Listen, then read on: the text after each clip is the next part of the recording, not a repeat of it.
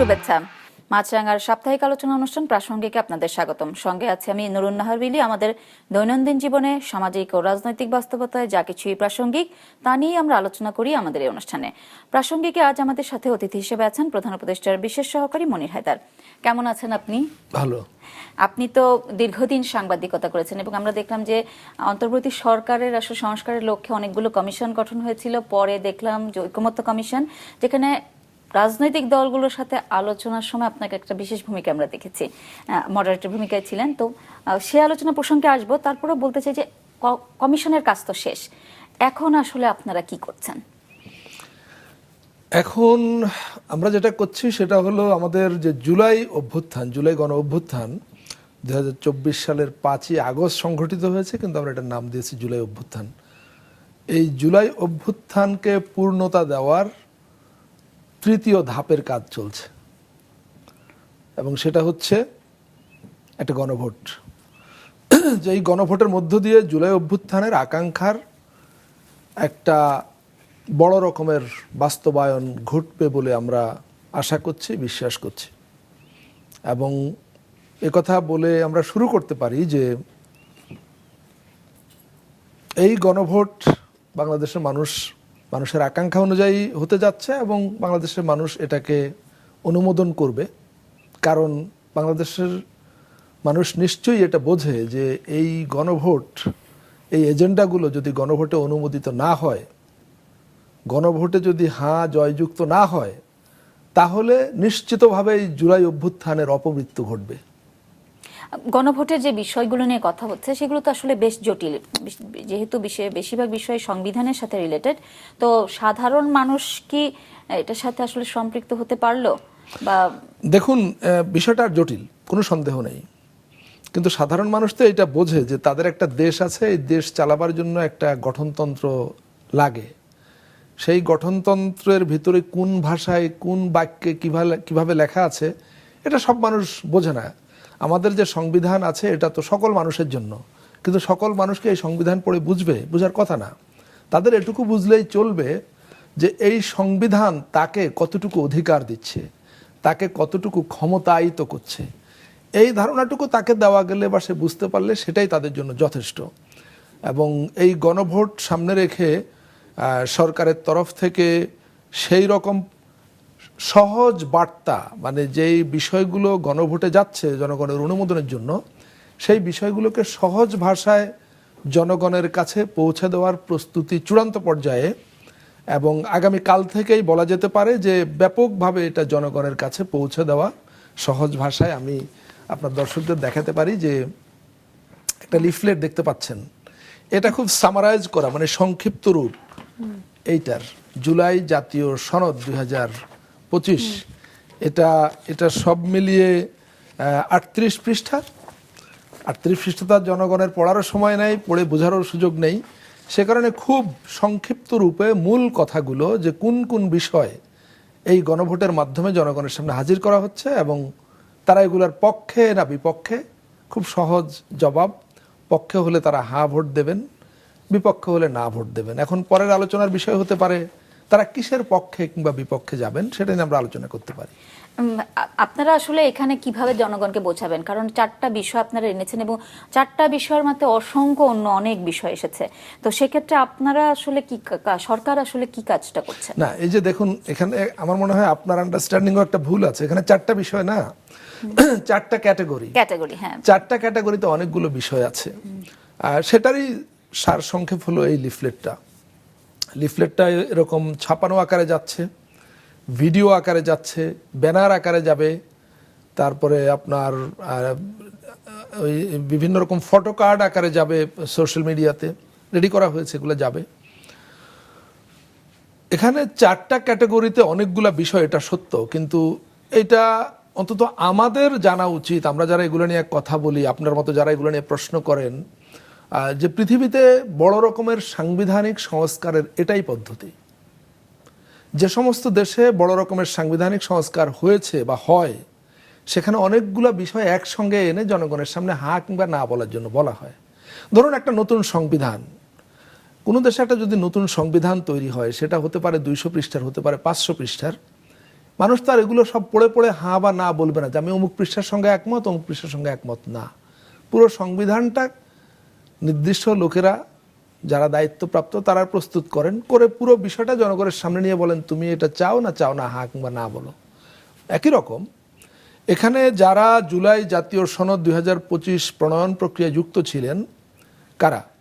সকল রাজনৈতিক দল, জুলাই অভ্যুত্থানের পক্ষের সকল রাজনৈতিক দলের নেতৃবৃন্দ ছিলেন, সরকারের মনোনীত বিভিন্ন সংস্কার কমিশনের প্রতিনিধিগণ ছিলেন। সেই কমিশন বিশেষজ্ঞদের সঙ্গে, বিভিন্ন বিষয়ের বিশেষজ্ঞদের সঙ্গে ধারাবাহিক আলাপ আলোচনা সলা পরামর্শ করেছেন। রাজনৈতিক দলগুলো এক কক্ষের মধ্যে বসে দিনের পর দিন আলোচনা করেছেন, আপনি কাভার করেছেন, টেলিভিশনে সরাসরি দেখানো হয়েছে। এই যে একটা ব্যাপক কর্মযজ্ঞ এবং কর্ম প্রক্রিয়ার মধ্য দিয়ে এটা চূড়ান্ত করা হয়েছে, এখন জনগণের কাছে নিয়ে যাওয়া হয়েছে যে ভাই এর ভিতরে সংক্ষেপে এই বিষয়গুলো আছে, আপনি এটা চাইলে হ্যাঁ বলেন, না চাইলে না বলেন। আমি এই প্রশ্নে আসতাম যে আসলে রাজনৈতিক দলগুলো তো তারা এই বিষয়ে অনেক কথা বলেছে, আমরা দেখেছি তারা সই করেছে এনসিপি ছাড়া, কিন্তু নির্বাচনী যে প্রচারণা, সেই প্রচারণায় আসলে গণভোটকে সেভাবে রিফ্লেকশন তাদের কথায় আসছে না। না দেখুন, তাদের কথায় আসছে না, আবার আসছে। আমরা গতকালকে দেখেছি বিএনপির মহাসচিব মির্জা ফখরুল ইসলাম আলমগীর পরিষ্কারভাবে বলেছেন যে সংস্কার তো বিএনপির এজেন্ডা, সংস্কারের জন্য বিএনপি তো 31 দফা দিয়েছে, সুতরাং বিএনপির তরফে না ভোটের পক্ষে কথা বলার কোনো সুযোগ নেই। এর অর্থই হলো তারা হ্যাঁ ভোটের পক্ষে অবস্থান নিয়েছেন। অপরাপর রাজনৈতিক নেতৃবৃন্দ, আমরা অন্তত সোশ্যাল মিডিয়াতে দেখি বিভিন্ন রাজনৈতিক দলের নেতৃবৃন্দ পরিবর্তনের জন্য হ্যাঁ এই স্লোগানে ক্যাম্পেইন করছেন। হয়তো এখনো পর্যন্ত ব্যাপক আকারে যায়নি, আমরা জানি আরও 4 সপ্তাহের মতো সময় আছে।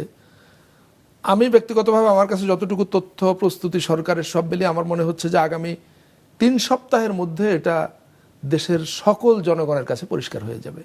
পরিষ্কার হয়ে যাবে আপনি বলছেন, তবে এখন পর্যন্ত যেই তথ্য আমরা পাই বা বিভিন্ন জায়গায়, যে গ্রামীণ জনগণ, প্রান্তিক জনগণ কিন্তু এই বিষয়টা সম্পর্কে সেভাবে জানেই না। আপনি ঠিকই বলেছেন, এখন পর্যন্ত জানে না, বেশিরভাগ মানুষ জানে না।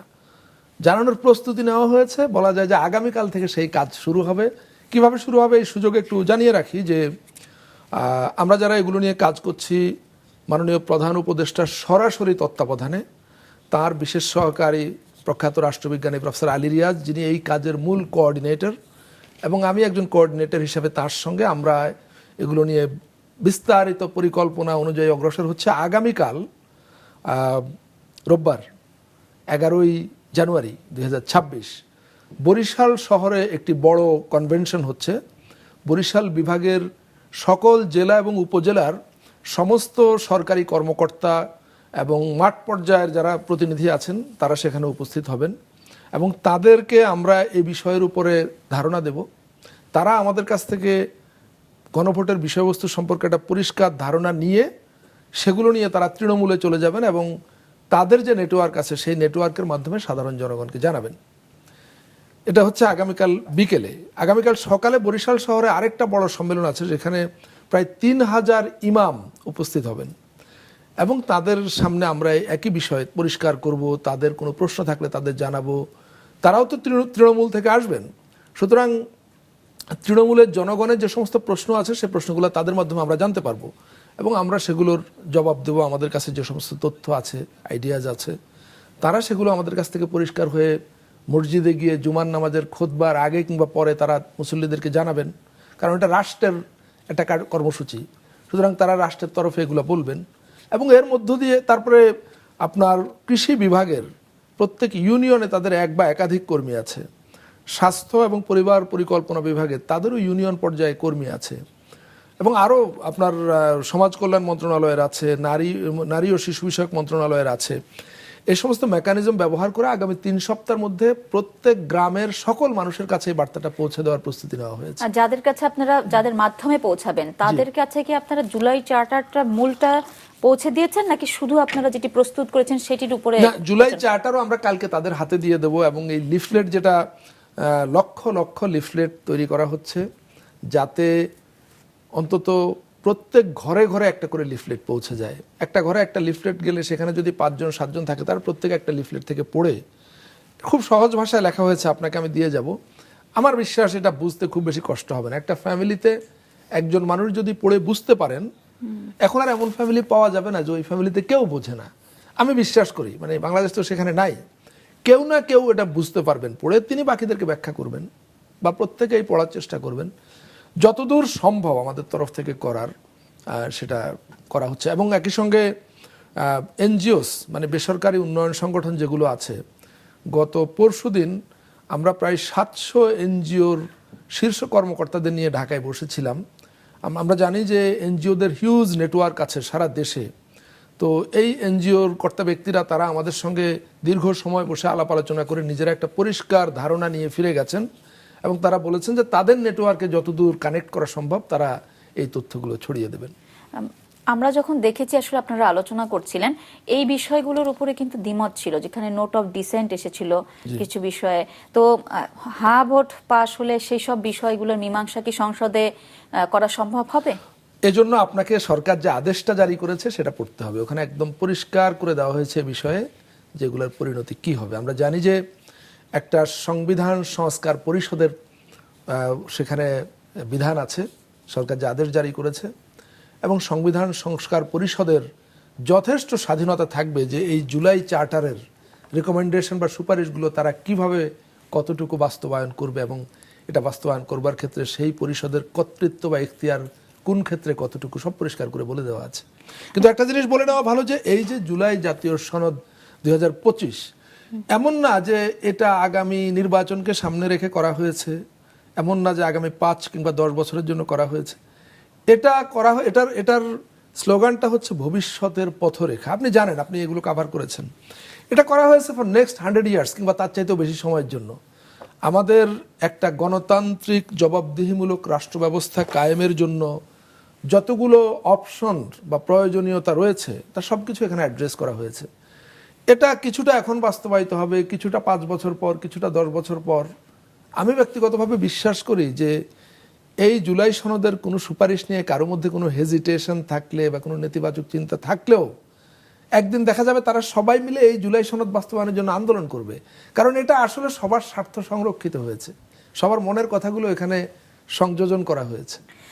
আমরা তো দেখি আসলে জনগণের পরিবর্তন বা ভবিষ্যতের পরিবর্তন নিয়ে অনেকেই আসে, ইশতেহার যেরকম আসে বিভিন্ন নির্বাচনী ইশতেহারের বা এরকম পরিবর্তনের পরের ধাপটাতে ক্ষমতায়িত হওয়ার পরে আসলে আমি আপনাকে একটা জিনিস বলি, আমাদের দেশের পার্সপেক্টিভে নির্বাচনী ম্যানিফেস্টো বা ইশতেহারের বিষয়টাকে আমি কিভাবে দেখি, আমি আমার অভিজ্ঞতা থেকে দেখি এটা হলো পলিটিক্যাল রেটোরিকের একটা লিখিত ভার্সন। আমরা এগুলো নিয়ে খুব বেশি আলোচনা করে লাভ নেই। ওটা কোনো এগ্রিমেন্ট বা সেই অর্থে কোনো ম্যান্ডেটরি বাধ্যবাধকতা থাকে না। কিন্তু এই দলিলে রাজনৈতিক দলগুলো স্বাক্ষর করেছে। আমি জানি আপনি প্রশ্ন করবেন যে এনসিপি স্বাক্ষর করেনি, সেটা নিয়ে আমরা আলাদাভাবে কথা বলবো, কিন্তু বাকিরা তো স্বাক্ষর করেছে, বাকি মেজর পলিটিক্যাল পার্টিগুলো স্বাক্ষর করেছে। স্বাক্ষর করার মধ্য দিয়ে এটা একটা লিখিত অঙ্গীকার এই কাজগুলো করার ব্যাপারে। হ্যাঁ, কিছু ভিন্নমত আছে, সেগুলো সংস্কার পরিষদে আলোচনা হবে, কতটুকু গৃহীত হবে হবে না। একই দিনে জাতীয় সংসদ নির্বাচন গণভোট হতে যাচ্ছে। এটার আসলে শুরুতে পক্ষে বিপক্ষে নানা মত ছিল। আপনার কাছে আমি একটু জিজ্ঞাসা করতে চাই যে সুবিধা অসুবিধা কি দেখছেন আপনি? না, এগুলো এখন আর আলোচনা করে লাভ নাই, কারণ এটা সিদ্ধান্ত হয়ে গেছে এবং এটার সুবিধা অসুবিধাগুলোকে বিচার বিশ্লেষণ করেই এই সিদ্ধান্তটা নেওয়া হয়েছে। সুতরাং আমার মনে হয় না যে এটা এখন আর খুব বেশি প্রয়োজনীয় যে এটা সুবিধা অসুবিধা কি। গণভোট এবং ত্রয়োদশ জাতীয় সংসদ নির্বাচন আগামী 12ই ফেব্রুয়ারি অনুষ্ঠিত হবে, এটাই চূড়ান্ত এবং সেটা করবার জন্য প্রয়োজনীয় প্রস্তুতি অনেকাংশেই নেওয়া হয়ে গেছে, বাকি প্রস্তুতিগুলো চলছে। সুতরাং ভালো মন্দ যাই থাকুক, সব কিছু তো আপনি পারফেক্ট পাবেন না, কেবল সুবিধাই পাবেন, কোনো অসুবিধা ফেস করবেন না, কেবল স্রোতের অনুকূলেই চলবেন, কোনো চ্যালেঞ্জ ফেস করবেন, এটা তো হয় না। আমরা নির্বাচনে একটা কালচার দেখি, সেটা হচ্ছে সহিংসতা বা সমর্থকদের দুই গ্রুপের মধ্যে মারামারি, বিভিন্ন জায়গায় আসলে অনেক সহিংস পরিস্থিতি তৈরি হয়। এইবারে নির্বাচনকে ঘিরে এরকম কোনো শঙ্কা বা আপনাদের মধ্যে কাজ করছে? আমরা আশা করছি সেটা হবে না। কেন আশা করছেন? না, আশা করছি যে আমরা জুলাই অভ্যুত্থান, তার আগের 16 বছরের ফ্যাসিবাদী শাসন, যেহেতু এই সমস্ত অভিজ্ঞতার মধ্য দিয়ে এসছি এবং আমরা আর পুরনো যা ব্যবস্থায় ফিরতে চাই না, পুরনো সংস্কৃতিতে ফিরতে চাই না বলে আমরা সবাই এই জায়গায় দায়িত্বশীল আচরণ করব। তাই আশা করছি যে এটা হবে না। না, সেক্ষেত্রে তো আইন শৃঙ্খলা পরিস্থিতিও ভালো নেই। হাদি হত্যার মতন একটা ঘটনা ঘটলো। না, নিঃসন্দেহে এটা খুবই দুঃখজনক, কিন্তু সত্যটা হলো যে এই অত্যন্ত বেদনাদায়ক মর্মান্তিক এই ঘটনা, আনএক্সেপ্টেবল এই ঘটনা সত্ত্বেও তো আমাদের নির্বাচনী কার্যক্রম সব একই গতিতে চলমান আছে, এটাই তো বাস্তবতা। আজকে কিন্তু ভোলাতেও একটা সহিংসতা হয়েছে, আপনি জানেন নিশ্চয়ই। না দেখুন, একটা সমাজ, এটা তো আর কোনো মানে ইউটোপিয়ান সমাজ না, এখানে কিছু ঘটনা তো থাকবেই। আমার প্রশ্নটা হচ্ছে এ ধরনের ঘটনা ট্রিগার্ড হবে কিনা বা বাড়বে কিনা, বা এটা নিয়ে আপনাদের কোনো ধরেন আমি আছে কিনা? এখন আমি তো আর আপনাকে এটা বলতে পারি না যে বাড়বে কিংবা বাড়বে না, কিন্তু আমরা আশা করতে পারি যে বাড়বে না। আমি তো এই গ্যারান্টি দিতে পারবো না যে বাড়বে না, কিন্তু আমরা সামগ্রিক কারণেই, বায়বীয় আশা না, এটা লজিক্যাল আশা, যে আমরা তো একটা স্থিতিশীল জায়গায় যেতে চাই, একটা বেটার জায়গায় যেতে চাই। আমাদের কার ভালো লাগবে যে আমাদের এই রাজনৈতিক অনিশ্চয়তা, রাজনৈতিক হানাহানি এটা চলতেই থাকবে, বংশ পরম্পরায় আমাদের উত্তরাধিকাররা সেটা বয়ে নিয়ে যাবে, আমাদের নিউ জেনারেশন সেটা দেখতে থাকবে। এটা তো ব্যক্তিগত, ধরেন নানা স্বার্থে, গোষ্ঠী স্বার্থে, ব্যক্তি স্বার্থে সেগুলো হয়, কিন্তু ব্যক্তিগতভাবে আপনি আমি আমরা কি এটা চাই? আমরা এটা পছন্দ করি? জুলাই অভ্যুত্থান আমাদের এই পছন্দটাকে, আমাদের এই না চাওয়াটাকে আরো জোরালো করেছে। সে কারণে আমরা আশা করি যে পরিবেশ ভালো থাকবে। পরিবেশ ভালো থাকার জন্য আসলে আমরা ডিপেন্ড করি প্রশাসনের যে সক্রিয়তা। প্রশাসন তো যথেষ্ট সক্রিয়। মানে সেক্ষেত্রে আমরা পুলিশের এক ধরনের কথা শুনে থাকি যে, দেখুন পুলিশ নিয়ে আপনি হয়তো প্রশ্নটা করতে পারেন, প্রশ্নটা করেন। পুলিশের বলা হয় যে পুলিশ মোরালি এখনো সেভাবে, তো এটা তো খুব স্বাভাবিক। আপনি 16 বছর ধরে পুলিশ বাহিনীকে একটা দলীয় লাঠিয়াল বাহিনীতে পরিণত করেছেন, এবং তাদেরকে আপনি জনগণের আক্রোশের মুখে ফেলে আপনি পালিয়ে গেছেন। আমি ফ্যাসিবাদের কথা বলছি, স্বৈরশাসকের কথা বলছি। এবং পুলিশ মানে ওই পরিস্থিতিতে সমস্ত রাগ ক্ষোভ তো পুলিশের উপর পড়েছে, কারণ পুলিশ বাহিনীকেই তো প্রধানত ব্যবহার করে এই ফ্যাসিবাদ কায়েম করা হয়েছিল। এবং তাদের এই এরকম দৃষ্টিভঙ্গি বা আচরণের কারণে জুলাই অভ্যুত্থানের ফলে পুলিশি ব্যবস্থা রীতিমতো ধুলোয় মিশে গিয়েছিল। সেখান থেকে এই বাহিনীকে রিবিল্ড করা, পুনর্গঠন করা, এটার ডিমোরালাইজ হয়ে গেছে, আপনি যথার্থই বলেছেন, সেখানে এটাকে মোরালি বুস্ট আপ করা এবং এটাকে পুরোপুরি কার্যক্ষম করা, এই কাজটা খুব সহজ কাজ নয়। এই কাজ আপনি ধ্বংস করেছেন 16 বছর ধরে, আর 2-4 মাসে এটা ঠিক হয়ে যাবে, এটা তো কোনো জাদুমন্ত্র দিয়ে হবে না, বা এটা এমন কোনো ফর্মুলা নাই যে ফর্মুলা দিয়ে আপনি রাতারাতি এটাকে সে জায়গায় নিয়ে যাবেন। আমাদেরকে বরং এটা মানতে হবে যে গত 1 বছরেরও কিছু বেশি সময়ে বর্তমান সরকার তার সম্পূর্ণ সদিচ্ছা দিয়ে সেই ভঙ্গুর পুলিশি ব্যবস্থাটাকে একটা কার্যকর জায়গায় নিয়ে এসছে বলেই তো আমরা এখন যেটুকু স্বাভাবিকতা দেখি, যেটুকু নিরাপত্তা ব্যবস্থা কার্যকর দেখি, সে কারণে এটা সম্ভব হয়েছে। তার মানে বলা যায় যে নির্বাচনের সময় পুলিশ নিয়ে আমরা যেরকম শঙ্কা করি যে পুলিশ হয়তো সেভাবে কাজ করবে না বা বাহিনী সেভাবে কাজ করতে পারবে কিনা, এটা নিয়ে এক ধরনের শঙ্কার কথা আসে। দেখুন আমি কোনো ধরনের মানে নেগেটিভ সিনারিও জাস্টিফাই করতে বলি না, কিন্তু 18 কোটি, কম বেশি 18 কোটি মানুষের দেশ এটা। আপনি এমনকি অগ্রসর দেশ যেগুলোকে আমরা উন্নত দেশ বলি, সেগুলোর ক্রাইম রেট অ্যানালিসিস করে দেখেন না। মানে ধরেন আমেরিকার শহরগুলোতে, রাজ্যগুলোতে সেখানকার ক্রাইম রেট আমরা যদি কম্পেয়ার করি, মানে সেই জায়গা থেকে আমরা যে খুব খারাপ জায়গায় আছি সেই বিবেচনা এটা কিন্তু বলা যাবে না। মানে আমি ঘটনাচক্রতে একটা মোটামুটি ভালো সময় দেশের বাইরে কাটিয়ে এসেছি, দেখেছি সেটা আমরা। মানে আমি বলছি না যে বাংলাদেশ সেই উদ্ভট কথাবার্তা যে বাংলাদেশ অমুক দেশের মতো হয়ে গেছে। আমি বলছি যে ভঙ্গুর অবস্থা এখানে ছিল, যে ধ্বংস করে দেওয়া হয়েছিল। ধ্বংসস্তূপ থেকে পুলিশি ব্যবস্থা, প্রশাসনিক ব্যবস্থা, সামগ্রিক রাষ্ট্র ব্যবস্থাকে টেনে তোলার কাজটা এখনো চলমান। সেই বিবেচনায় আমি মনে করি আমরা একটা বেটার সিচুয়েশনে আছি। মানুষ এটা নিয়ে স্বস্তি বোধ করতে পারে। মানুষ তো আমি মনে করি স্বস্তিতে আছে। আপনি কি মানুষের মধ্যে অনেক ব্যাপক অস্বস্তি, ব্যাপক অসন্তোষ সেটা দেখছেন? আমি অন্তত দেখি না। আপনি দেখলে আমাদেরকে বললে আমরা সেই অনুযায়ী সরকারকে তথ্য দিতে পারি যে এই জায়গায় অ্যাড্রেস করা দরকার। আমরা আইন শৃঙ্খলা পরিস্থিতি নিয়ে কথা বলছি এবং নির্বাচন নিয়ে কথা বলছি। নির্বাচনে যে দলগুলো আমরা দেখতে পাচ্ছি, বিশেষ করে বলা যায় যে ইসলামিক দল বা দক্ষিণপন্থার দল, আসলে বলবো না, ইসলামিক দলগুলোই আসলে এবারের বেশি ফোকাস হয়েছে গত 1.5 বছরে। এটা কি বাংলাদেশের রাজনীতির নতুন মেরুকরণ কিনা? দেখুন, রাজনীতির মেরুকরণ তো নানাভাবেই হতে পারে। দক্ষিণপন্থী, উত্তরপন্থী, পূর্বপন্থী, পশ্চিমপন্থী, আমি সে অ্যানালিসিসে যাব না। কিন্তু রাজনীতির ক্ষেত্রে আপনার নিঃসন্দেহে এটা যখন ভোটের রাজনীতিতে আসে তখন সেখানে অঙ্ক কাজ করে। কারণ ভোটের রাজনীতিতে অঙ্ক ছাড়া তো আর ভোটের রাজনীতি হবে না। আপনি ধরেন আমি আর আপনি যদি কম্পিটিটর হই, আপনি তখনই শক্তিশালী হবেন যখন আমি ভুল চালের কারণে দুর্বল হয়ে যাব। আবার আমি তখন শক্তিশালী হব যখন আপনি ভুল করতে করতে দুর্বল হতে থাকবেন। এটাই তো স্বাভাবিক। এখন আপনি ভালো পারফর্মার না আমি ভালো পারফর্মার, সেটা আরেক বিতর্ক। যেহেতু জামাত বা অন্য রাজনৈতিক দলগুলোর প্রসঙ্গ আসলো, আমরা দেখি জোট নিয়ে অনেক কথা হয়। আপনি তো দীর্ঘদিন সাংবাদিকতা করছেন, মানে জানেনও যে নির্বাচনের আগে জোট খুব আলোচিত বিষয় থাকে। এবার আমরা দেখলাম যে তরুণদের দ্বারা গঠিত রাজনৈতিক দল এনসিপি জামাতের সাথে মিলে হয়তো সামনে জোট করতে যাচ্ছে, বা সামনে তাদের একটা আসন সমঝোতার মাধ্যমে নির্বাচনে তারা অংশগ্রহণ করবে। এনসিপির রাজনীতি আসলে জামাতের সাথে যুক্ত হওয়ার কারণে কি ধরনের প্রভাব পড়বে? আমি একটু আগে আপনাকে একটা কথা বলেছি যে ভোটের রাজনীতি কিন্তু একটা অঙ্ক। যারা এই রাজনীতিতে আছেন, ভোটে উপনীত হবার প্রস্তুতি নিয়েছেন বা নিচ্ছেন, তারা তাদের সামর্থ্য অনুযায়ী, জ্ঞান অনুযায়ী তারা অঙ্ক কষেই সামনে অগ্রসর হন।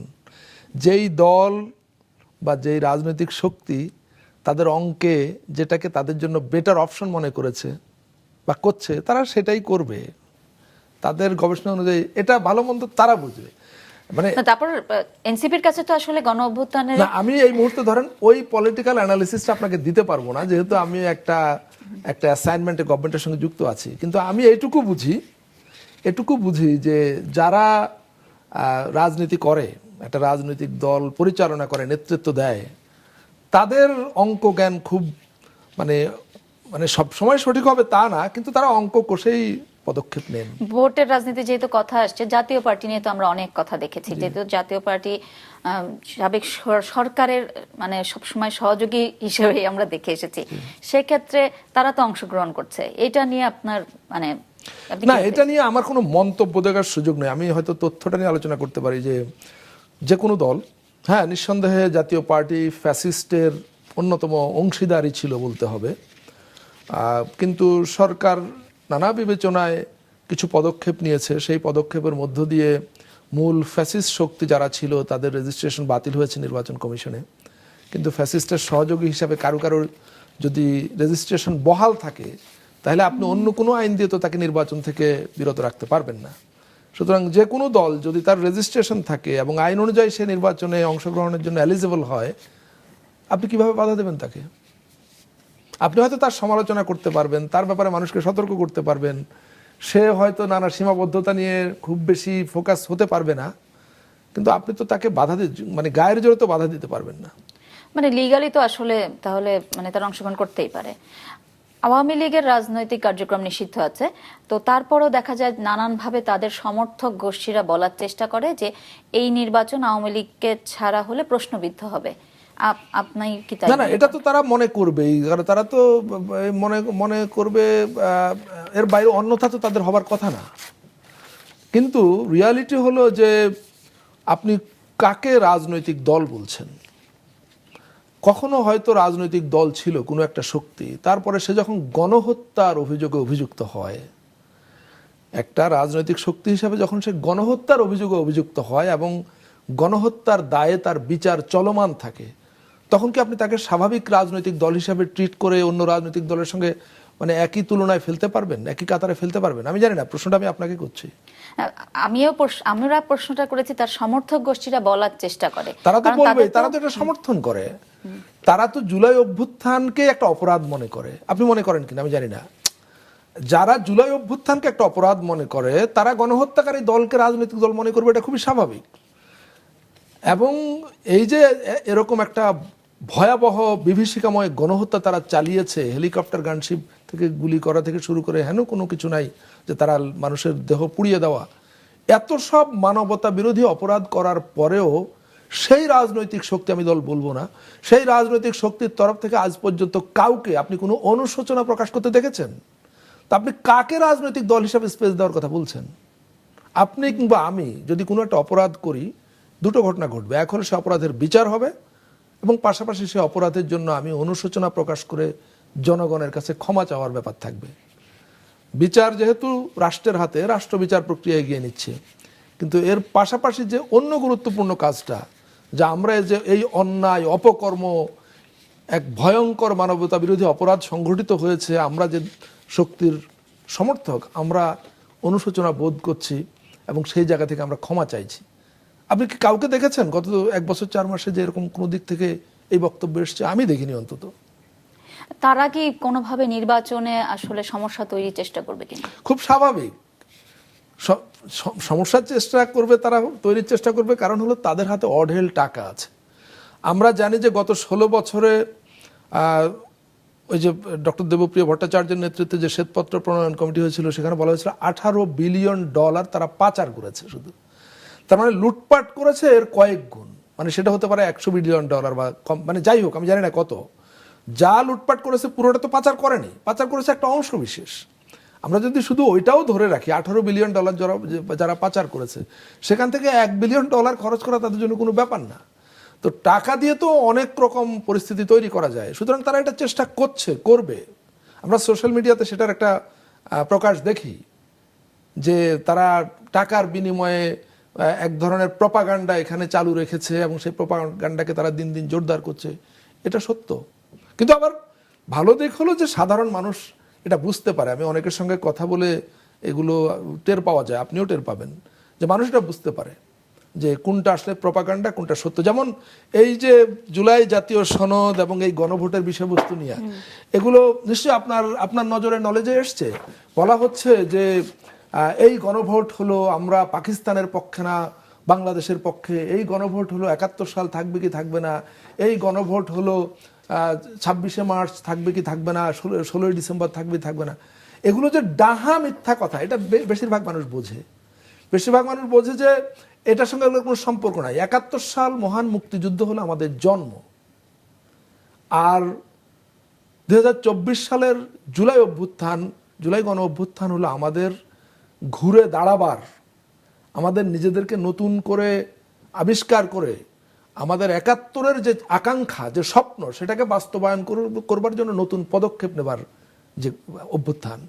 সুতরাং দুটার গুরুত্ব, 71 তো সবচেয়ে বড় ঘটনা, জুলাই অভ্যুত্থানকে আমরা বলছি যে 71 সালের মহান মুক্তিযুদ্ধের পরে সবচেয়ে বড় ঘটনা। এটা না আপনার মধ্যে কোনো সন্দেহ আছে বলেন তো আমাকে? এখন এই গণভোটে কি যাচ্ছে? গণভোটে যাচ্ছে, আপনি আমাকে সময় দিবেন 2-3 মিনিট 4 মিনিট, আপনি সম্মানিত করেন। গণভোটে কোন বিষয়গুলোকে আনা হয়েছে আমাদের গত 54 বছরের অভিজ্ঞতায় যে বিষয়গুলোকে আমরা আমাদের এই যে 10 মাস 11 মাস ধরে চলেছে, বিভিন্ন সংস্কার কমিশন, ঐকমত্য কমিশন, পলিটিক্যাল পার্টি সবাই বসে দিনের পর দিন আলাপ আলোচনা করে চিহ্নিত করেছে যে আমাদের সমস্যাটা কোথায়। যে ফ্যাসিস্ট পালিয়ে গেছে, সে যে বাংলাদেশে ফ্যাসিবাদ কায়েম করেছে, সে তো গায়ের জোরে করেনি, সে কিন্তু সংবিধানের মধ্যে থেকে করেছে, সংবিধান লঙ্ঘন করেনি, লঙ্ঘন করেনি। তার মানে সমস্যাটা হলো আমাদের সংবিধানের, সমস্যাটা হলো আমাদের আইনি কাঠামোতে। সুতরাং আমাদের চিহ্নিত করতে হবে সংবিধানের কোথায় কোথায় সমস্যা, আইনি কাঠামোর কোথায় কোথায় সমস্যা। সেই জিনিসগুলো চিহ্নিত করা হয়েছে, করে বলছে এটা পাল্টাতে হবে। এটা পাল্টালে এই জায়গাগুলো যদি আমরা ঠিক করি, তাহলে আর কেউ কোনোদিন ফ্যাসিস্ট হতে পারবে না, কেউ স্বৈরাচার হতে পারবে না, মাফিয়া হতে পারবে না। তার মধ্যে কি আছে যে প্রতি 5 বছর পর পর আমাদের ক্ষমতা হস্তান্তরের একটা ব্যাপার আছে, কিন্তু আমাদের 54 বছরের ইতিহাসে মাত্র একবার শান্তিপূর্ণভাবে ক্ষমতা হস্তান্তর হয়েছে 2001 সালে, আর কখনোই হয়নি। সুতরাং 5 বছর পর পর যদি শান্তিপূর্ণভাবে ক্ষমতা হস্তান্তর নিশ্চিত করতে হয়, তাহলে একটা সত্যিকারের বিতর্কমুক্ত নিরপেক্ষ তত্ত্বাবধায়ক সরকার ব্যবস্থা প্রতিষ্ঠা করতে হবে। সেটা করবার জন্য সব দল, সরকারি দল, বিরোধী দল বসে ঠিক করবে যে কে তত্ত্বাবধায়ক সরকারের প্রধান উপদেষ্টা হবেন। একটা ফরম্যাট ঠিক করা হয়েছে যে কেউ এর বাইরে যেতে পারবে না, এটা নিশ্চিত রেজাল্ট হবেই, সে প্রস্তাব করা হয়েছে। আমরা জানি 5 বছর পর পর নির্বাচন কমিশন নিয়োগকে ঘিরে একটা অচল অবস্থা তৈরি হয়। ক্ষমতাসীনরা তাদের পছন্দ মতো কিছু লোককে দিয়ে কমিশন করে, বাকিরা সেটা মানে না, শুরু হয় উত্তেজনা। এখান থেকে বের হতে হবে। নির্বাচন কমিশন নিয়োগেও সবাই বসতে হবে, সরকারি দল, বিরোধী দল, দ্বিতীয় বৃহত্তম বিরোধী দল, প্রয়োজন হলে উচ্চ আদালতকে যুক্ত করে একটা নিরপেক্ষ নির্বাচন কমিশন গঠন করতে হবে। এখন বলেন, এই যে দুটা বিষয় আমি বললাম, আপনি কি ব্যক্তিগতভাবে এর সঙ্গে দ্বিমত করেন?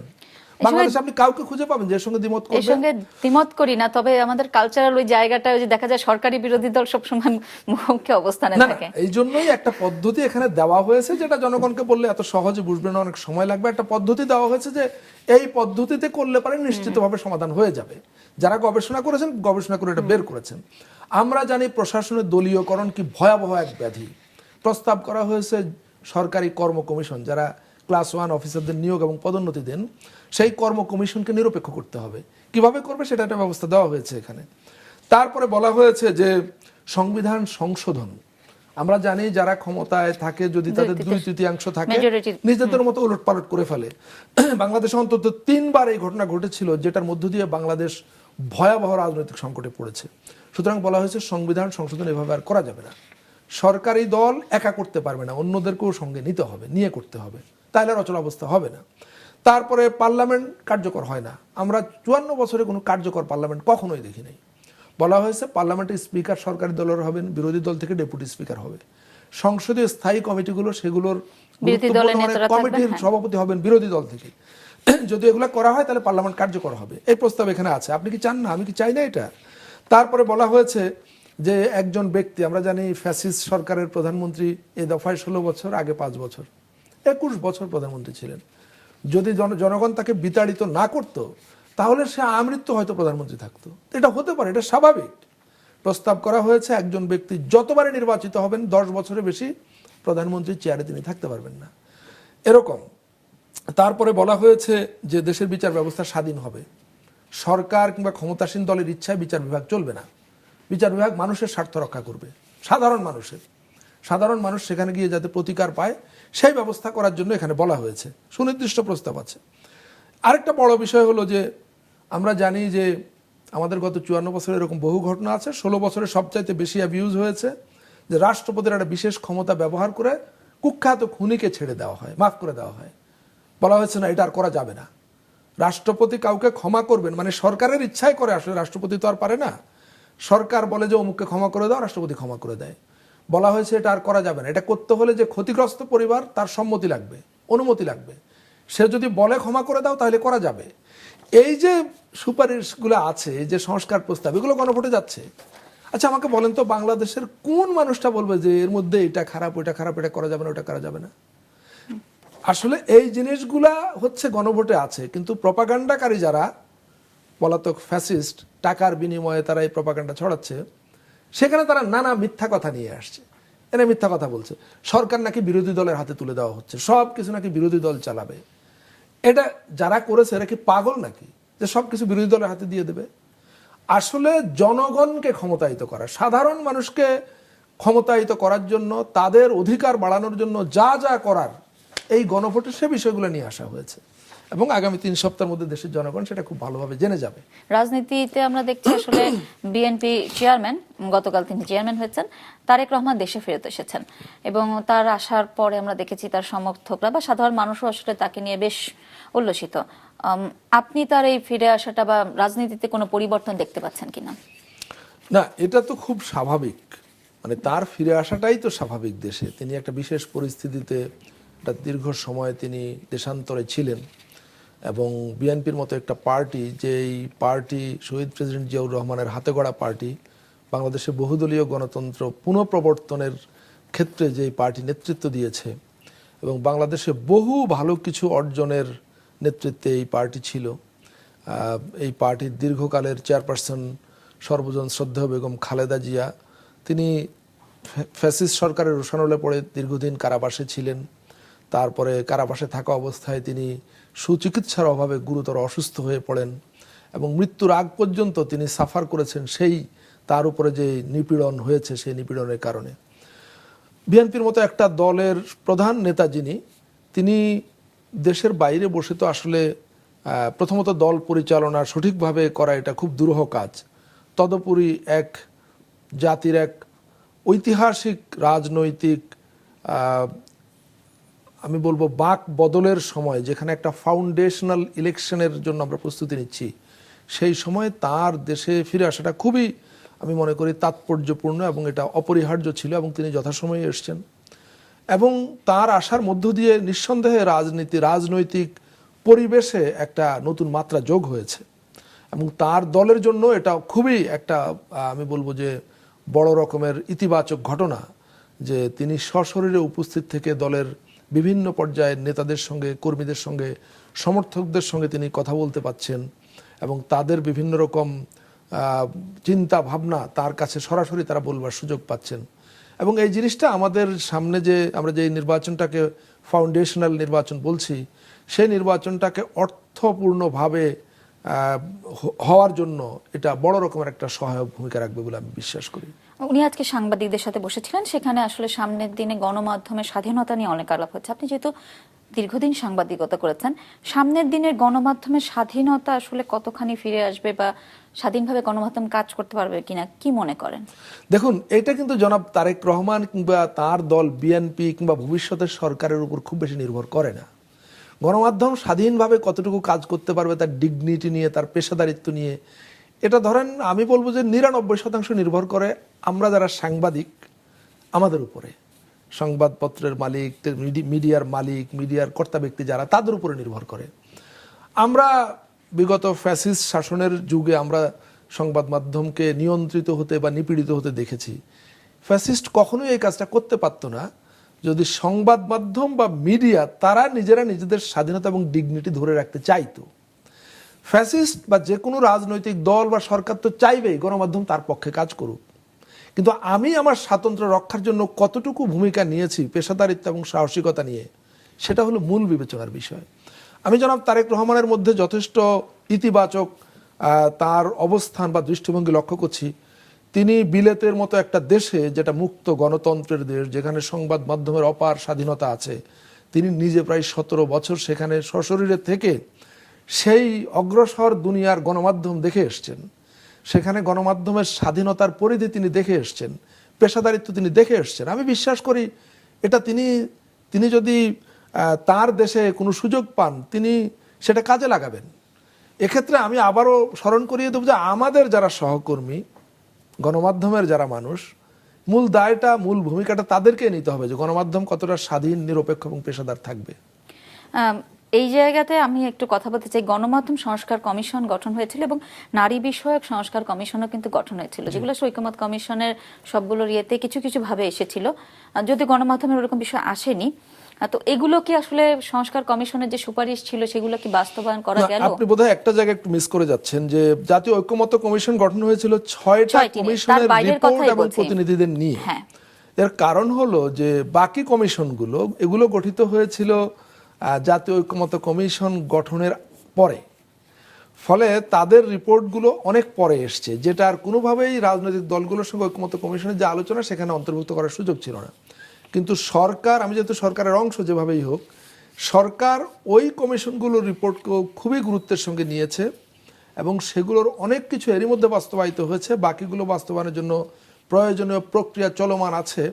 এবং এগুলো এমনভাবে প্রক্রিয়াকরণ করা হয়েছে যে পরবর্তীতে নির্বাচিত সরকার এসে তারাও এগুলো কন্টিনিউ যাতে করতে পারে এবং এগুলো যাতে বাস্তবায়িত হয়, সেরকম একটা পথরেখা বর্তমান সরকার তৈরি করে রেখে যাচ্ছে।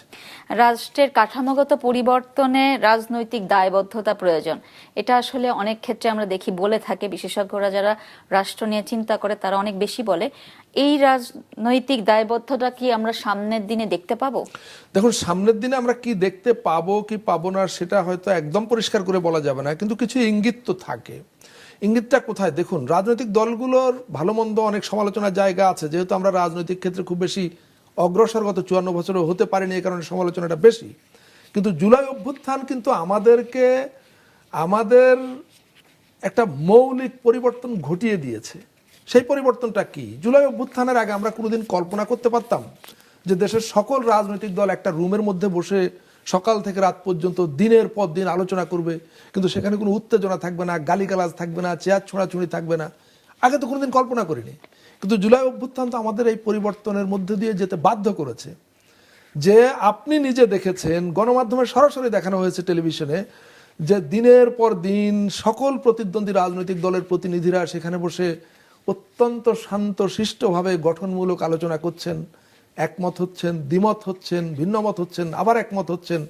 এবং এসবের মধ্য দিয়ে জাতীয় সংসদ ভবনের দক্ষিণ প্লাজায় প্রকাশ্যে লাখো মানুষের সামনে, কোটি মানুষের সামনে বসে তারা স্বাক্ষর করেছেন এই জুলাই জাতীয় সনদ, যে আমরা এই বিষয়গুলোতে একমত হলাম, আগামী দিনে আমরা সবাই এগুলো মেনে চলবো। তো এইটাকে তো অনেক বড় অর্জন আমি অন্তত আমার জায়গা থেকে দেখতে চাই। মানে আপনি বলতে পারেন যে রাজনীতির যারা করবেন সামনে বা সংসদে যাদেরকে দেখবে তারাও দায়বদ্ধ থাকবেন, কোনো বিকল্প নাই এখানে। জি। হ্যাঁ, অনেক ধন্যবাদ আপনাকে আমাদের আপনাকেও। অনুষ্ঠানে যোগ দেওয়ার জন্য। সময় হলো দর্শক বিদায় নেওয়ার। এই ছিল আজকের আমাদের প্রাসঙ্গিকে। ইউটিউব চ্যানেলে দেখতে পারেন আমাদের অনুষ্ঠান, এছাড়া ফেসবুকে আপডেট পেতে ভিজিট করুন মাছরাঙা টেলিভিশনের পেজে। পরবর্তী পর্বে আবারও হাজির হব নতুন কোনো অতিথিকে সাথে নিয়ে। আজকের পর্যন্ত শুভরাত্রি।